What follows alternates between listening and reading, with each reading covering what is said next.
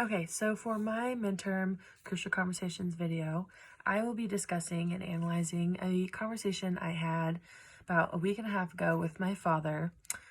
We were in the car and we were driving to the grocery store. He was driving and I was on my phone. So I was on Instagram and I follow a bunch of people who publicly advocate on their social media for the peaceful protests in the Black Lives Matter movement.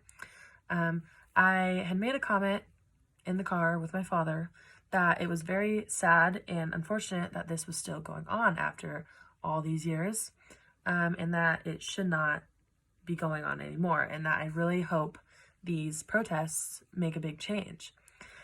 That's when my father had made a comment back to me, like gaslighting the conversation and getting very hot-headed, commenting on how I should not believe and support the violent protests and rioting and looting that are going on across the nation, starting in Minneapolis with the George Floyd case.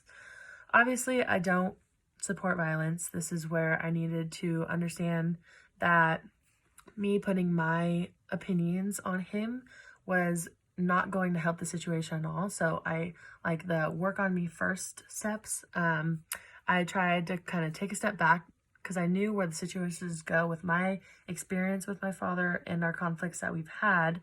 I knew it starts out very quickly from the start. So I took a step back and tried to understand how to control the situation a little bit better and how I could change my communication to him to make it sound less threatening and make him a little less defensive. Obviously, I had to understand what was at risk, which was our understanding of each other's perspectives on the situation, our value for each other, as well as our relationship.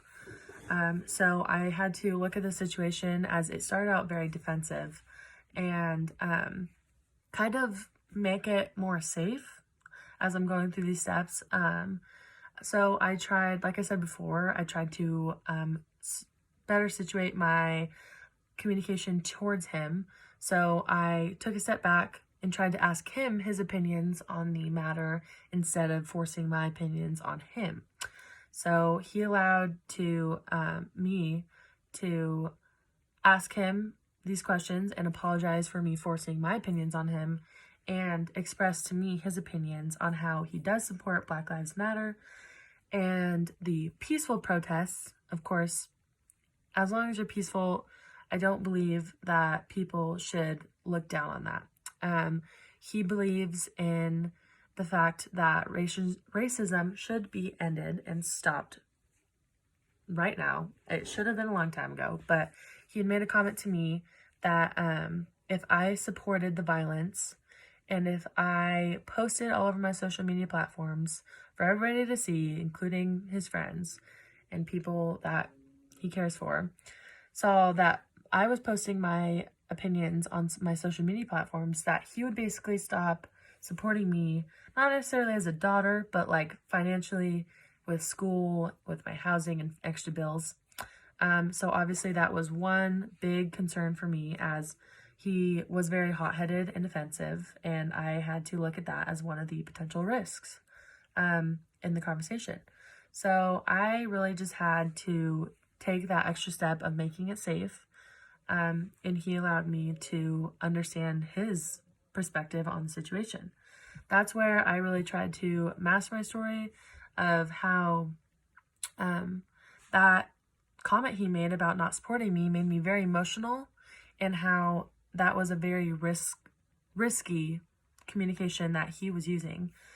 So I had to help him understand my perspective and state my path now that he was a little less defensive when I kind of made it safe.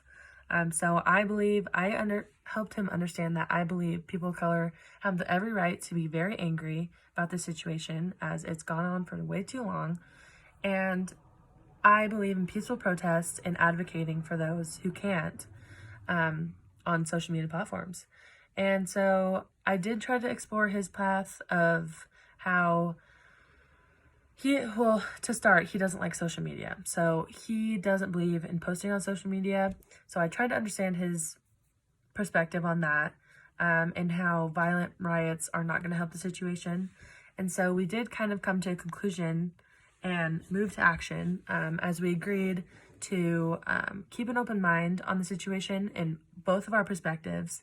We used both of our meanings of the situation to come to a shared pool of meaning, which was our move to action, which we both need to stay open-minded, and we both need to have the conversations multiple times a week about how it should be advocated for, but that I, in order to keep his support, do not need to be posted on my social medias, as well as when he has this conversation with others, he cannot get so hot-headed and defensive. And I think this will be a very great, peaceful solution to both of our relationship and the problem at hand.